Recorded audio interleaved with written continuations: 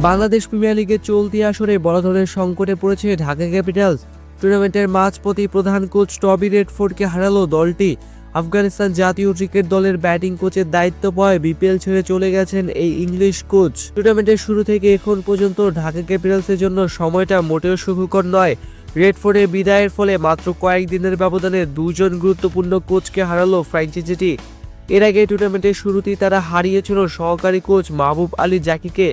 গত 27 ডিসেম্বর সিলেটে মাঠে হৃদরোগে আক্রান্ত হয়ে মৃত্যুবরণ করেন এই অভিজ্ঞ পেস বোলিং কোচ।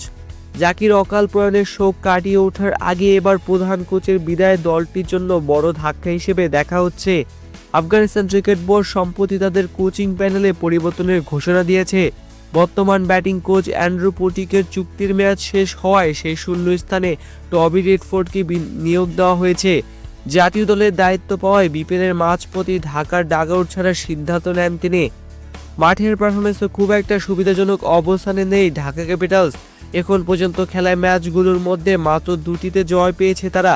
4 পয়েন্ট নিয়ে টেবিলের পঞ্চম স্থানে অবস্থান করছে দলটি। ঢাকার ফ্র্যাঞ্চাইজি কর্তৃপক্ষ এখন পর্যন্ত রেডফোর্ডের বিকল্প হিসেবে কারো নাম ঘোষণা করেনি।